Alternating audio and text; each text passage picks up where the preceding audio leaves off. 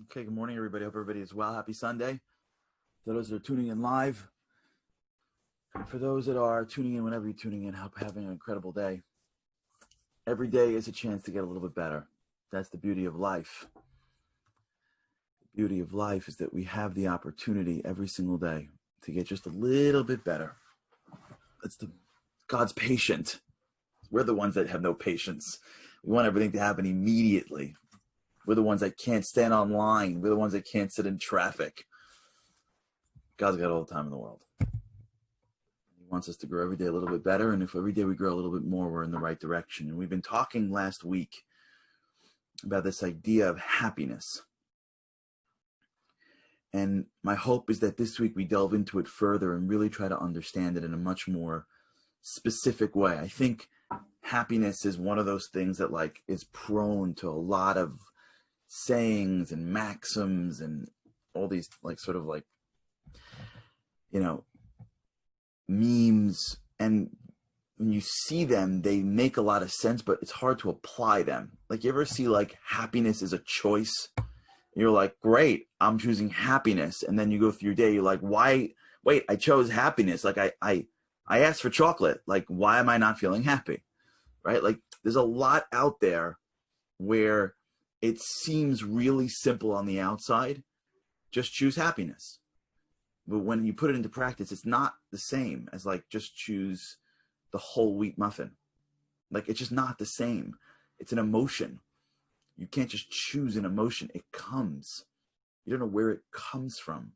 You don't control how you feel many times. You just feel. And as much as you want to be happy, and as much as you want to be empowered, it's much more difficult when you're in the game. So it takes time. We're going to take time. So hopefully you'll be here with me for a while. Not too long, but we'll be there together. And really start to delve into it together, to understand it. So let's first understand sort of what we're trying to fix. And when we understand what we're trying to fix, I think it'll allow us to zero in on the work that we have to do. Many times, like we spoke about here on the show a lot, when we're generalists, when we walk around with an M16, we just shoot everywhere. And growth really is a specialty item. It's the sniper gun. We have to look into the scope. We have to measure twice and cut once. We have to be very as careful as we can to understand what's going on in our minds. Because as it is, our minds has got billions of neural connections. And if we're going to create some general response, it's not going to go anywhere. This morning, today, in synagogue, in shul, a guy came up to me. He saw the video that we did over Tisha B'Av about unity. And he said, I watched it with my family. And then we were all like, yes, we're going to do it. And then he's like, over the weekend, they're fighting again. I'm like, guys, we just saw the video on Thursday. Right? It's Saturday. It's so hard, he mentioned, to actually put something into practice. I'm like, you're right. This general concept is really difficult. So how does happiness work? So let's begin. And we started last week talking about this. So hopefully we can review very quickly and move on. Anytime you want to figure out what something is, you always got to begin with figuring out what it's not. Because most things in life that are not easily identifiable, you can't put your hand on what it is, right? It's what's love? I don't know. You tell me, is that feeling love? Is that feeling love? Do I have love for this person? I have love for that person, right? When I grew up and I heard all these songs about love, is that really love, right? It's very complicated, the feeling of love. So you have to start to understand what it's not. Is it lust? Okay, it's not lust. Okay, so there's a lot of emotion that now got put to the side as people feel connected to some other people and now can identify that feeling inside them that somehow feels different is not love. Is there such a thing of love at first sight? I don't know. Well, it depends on how you define love, right? So first thing you got to be doing is sort of cutting away and at least creating buckets of feelings that when you zero in on what it is, it'll make it easier. So Figuring out what something is not is just as important as figuring out what something is. And what we spoke about a little bit last week, and I want to make sure we can begin the discussion with, is happiness as a manifestation of achievement. Meaning you don't have it, and then you get something, your goals, and then you get it. So if we define happiness as the feeling we get after we cross the finish line first, after we achieve our goals, right, then happiness isn't a choice, right? It's an accomplishment. And I think this is one of the great mistakes. Now we have a mitzvah, commandment. We see this throughout Torah. We see this from the works of a great rabbi named Rabbi Nachman from Breslov, who says we have an obligation to be always happy. In Jewish thought, happiness is constant. We're in, like I spoke last week, we're in the middle of this month that is a month of destruction, and we're being commanded to reduce your happiness, not to eliminate your happiness. And if you go through the research, it speaks to the same concept, which is you don't really achieve happiness after something, right? It's not that you get something and then you get what's called happiness. And that, by the way, is a huge potential mistake. Because when I'm little and I'm feeling the pressure to accomplish the grade of whatever I'm in, elementary school, and I'm sort of being told or taught that the reason why I am not happy, or once I cross the finish line, then I'll be happy, or once I achieve this thing, or when I look at my screen and on my screen are smiley people that all seem to be happy because they're accomplishing something, right? My brain starts to create these connections between the gold medal around my neck and the smile on my lips. And then I start putting two and two together. Like, okay, the guy in the corner is got his head down because he's unhappy and he's crying. If I want to be happy, it's the gold medal, right? That person who's in the middle of all these friends and like they're taking a picture on the beach, like they're smiling because that means that they're happy. I got it. Popularity, right? It has to be that this family is happy because they're picture perfect. Look how much, like, these are things that we go after. Now, it's so critical that we do this because getting things in life can contribute to your happiness. It's not like you get something and you're like, this is terrible. But there's a difference between contributing to happiness and giving you happiness. It also can contribute to your downside as well, or whatever. It's not depression, but your lack of happiness, right? For every person who achieves a goal and feels happy, once that goal is over, they ultimately drop down. Now, this is research that I heard in the name of, said by a professor named Gilbert, Dan Gilbert. As I'm speaking, I know that Andy's out there already Googling, so I'm sure within moments on all chats you will see. Dan Gilbert spoke about this study in which it's like a real incredible study that they did. This is like earth-shattering when I first heard this. They tracked individuals with very different sort of peak experiences. Okay, so they tracked your happiness levels through whatever feedback and how happy you are, and they sort of gave you some metric to determine how naturally happy you are. Like a regular day, you're very happy, you're mildly happy, whatever. So they tracked these people that are happy, okay? And then what they did was they went back and they tracked people that had a peak experience and a, what we call, say, a valley experience. An incredible thing happened or a negative thing happened, okay? So they go out to these people, and after they had this amazing experience, they would track them, how they felt, and then they would track afterwards, okay? So someone goes through this incredible experience, they would interview them, euphoria, right? And then they would just keep on interviewing them to see how they're doing for weeks later. What do they track? In university, there is a concept called being tenured. Being tenured is sort of like achieving the gold medal of that academic institution. You're on forever. You have a whole new slew of benefits. You've achieved, so to speak, what you've been after.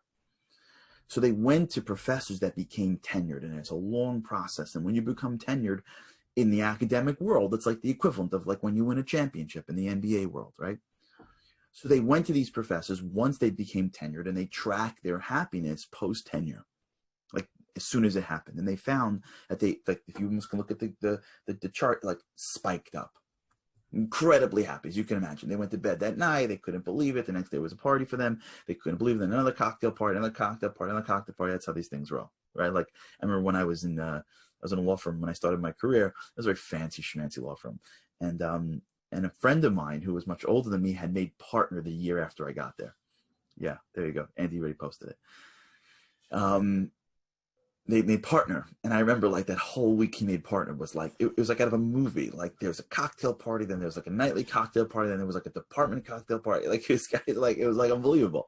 You make partner at like a law firm, and like it's a month of like, you know, clinking glasses and like everybody going here for he's a jolly good fella. You know what I'm saying? Like that was like life. I don't know if they still do it or not, but that when I wasn't in law firms like 150 years ago. So that was life. So I'm saying, like, when that happens and you achieve something that it takes, at least in law firms, 8, 9, 10, 12 years to accomplish, like that month, you're like, okay. Then they follow them for weeks later, and they found that what's surprising is the happiness dropped right back to what they had beforehand. No, they didn't know them beforehand, but like they put the two and two together. So basically it goes back on the continuum that you had beforehand. So if you were a happy person and you achieved this incredible peak, it helped, but you got back to where you were before. And if you were an unhappy person, that month where you became a tenured faculty member, you were off the charts, and then it sort of trailed off. Then they went to people with what we call valley experiences. Terrible things happen to them. In this case, becoming a paraplegic. So that is a life-altering, incredibly challenging event. And as one could imagine, when that accident happened, there was a tremendous dip in their happiness. But what they found was shocking, was that the people ultimately reverted back to their happiness level.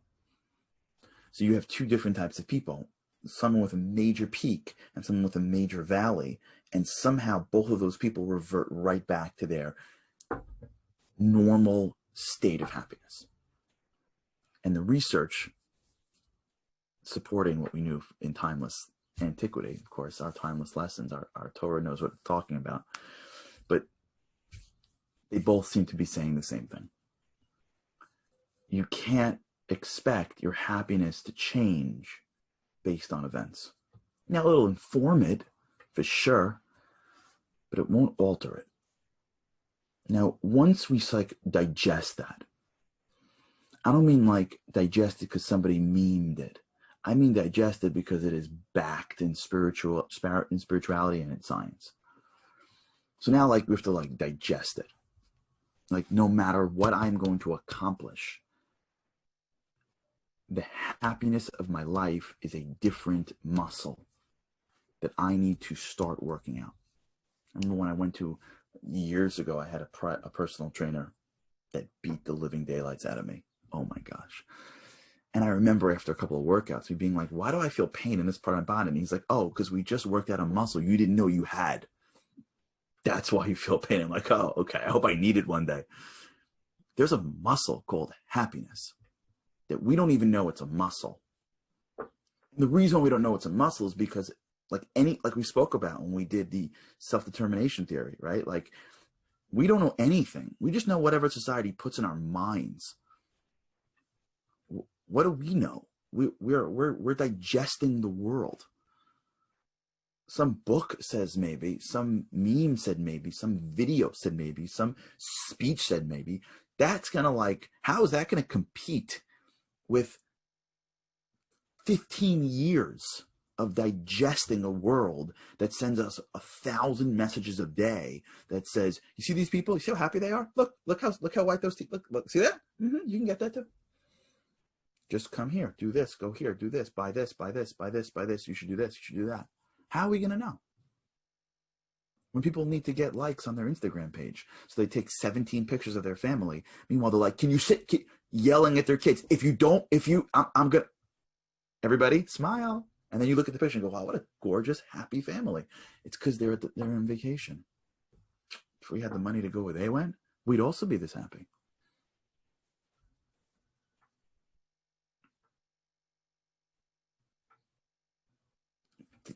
concept. There's a muscle called happiness that is informed according to that by accomplishments. Of course it is. Accomplishments aren't they're not totally divorced from your happiness. They're part of your happiness. It's part of your life. But where society seems to place happiness is right past the hill. Always. Watch little kids. When they get the next toy, they're just so sure they'll be happy until a week after they're playing with that next toy. And if you're raising children and you keep on buying them things to be happy and you don't train them that happiness is something that is going to be how you make yourself feel, which we'll get to over the next few times together. But we got to first decide what it's not before we can figure out what it is. We got to just first clear the landing for us. Because at the end of the day, whether you make it or not, it shouldn't impact your happiness. And for great people, it doesn't. I've met these people. I know people who are genuinely happy. And so let me go even one step deeper now. Let's define happiness like we're going to talk about it on the show here. We're not going to talk about happiness in like the jolly sense. We'll get there, but not now. We're going to talk about happiness in the empowered sense. I don't mean like jolly, like you're dancing and singing and like you're happy, like you can just like break out and dance. Well, maybe we'll get there. I don't mean that. When I mean happiness, I mean you are empowered. You are self-generating hope, empowerment, optimism. And those are three different words, but I'm just trying to get to a feeling. And the feeling I'm trying to get to is empowered. People that are empowered are what I am using the word happy. In Hebrew, it's called simcha. Doesn't mean jolly. It means empowered. There are people sitting in a funeral and they're empowered. They're not dancing, but they're not disempowered. And it's very different. The emotion that we need to figure out how to tap into consistently is empowerment. Because if you can be constantly empowered, you don't have to worry about whether or not you are dancing and singing every second. And empowerment, as Rochelle just said eloquently, is an inside job. Empowerment is a piece of the motives. I don't say the motives. It's a piece of the motion that we generate and use to continue pushing forward. And like I said to you, I think on the show once before, that, when I was younger, especially when I was watching more sports, I remember when I would watch, I'd always look for the faces, never especially football. I would always look for the faces of the quarterbacks on the sidelines when their team when the other team scored a touchdown against them and late in the game. Like you can tell, like some of these quarterbacks, they're on the sidelines and the other team just scored a touchdown and it's 50,000 people and they're away and they've got, 1:16 left on the clock. And there's some of them have like a certain like excitement, like an empowerment. Everything's against them. People are cheering against them. The season's on the line. The owner wants them to win. Their contract is at risk. If they throw an interception, they're going to be the laughing stock of the entire city in which they live. Their kids, everything is riding on the line and they're down and they're almost out. And there's like a look that they've trained themselves to have of empowerment, even in challenge. So that's what we have to get to. We have to get to the place that we're always moving up. It doesn't go like this, highs and then steady. It's got to go like this. We always got to be moving up and up and up and up and understanding what makes me empowered, understanding where my happiness lies. Because if I can get these emotions down and understand what muscle and what do I got to touch to sort of build that muscle up, then ultimately what is in front of us, the circumstances in front of us, stop becoming as relevant as they are. Okay, we'll talk about it. We're not going to have a Q&A today. Hopefully we'll pick that up midweek. But we'll talk about it this week. Stick with us as we try to, this is important. I think this is important stuff. We get this. Oh, wow. A lot to do. A lot to do in this world. And we don't got any time for disempowerment. I mean, who has time for disempowerment? All right, we'll talk about it, especially during this period of time where it seems like there's some serious challenges around us. Hope all is well. Thanks so much for tuning in. With God's help, I cannot wait to see you again tomorrow. Have a great day.